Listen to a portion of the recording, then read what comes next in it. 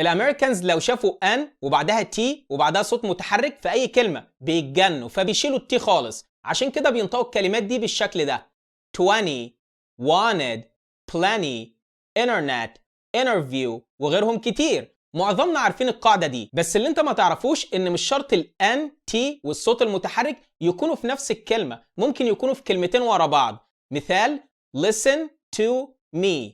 listen منتهيه بصوت الان، جميل، دي كلمه لوحدها. جاء بعدها to ودي عباره عن ايه؟ تي وصوت متحرك، فبقى عندي ان تي وصوت متحرك، بس مش في كلمه واحده، في كلمتين ورا بعض. هل هتشيل التي بقى؟ هتشيلها وتقول listen to me. Listen to me say that. She won't listen to me. And listen to me. Students, listen to me right now. And you won't listen to me.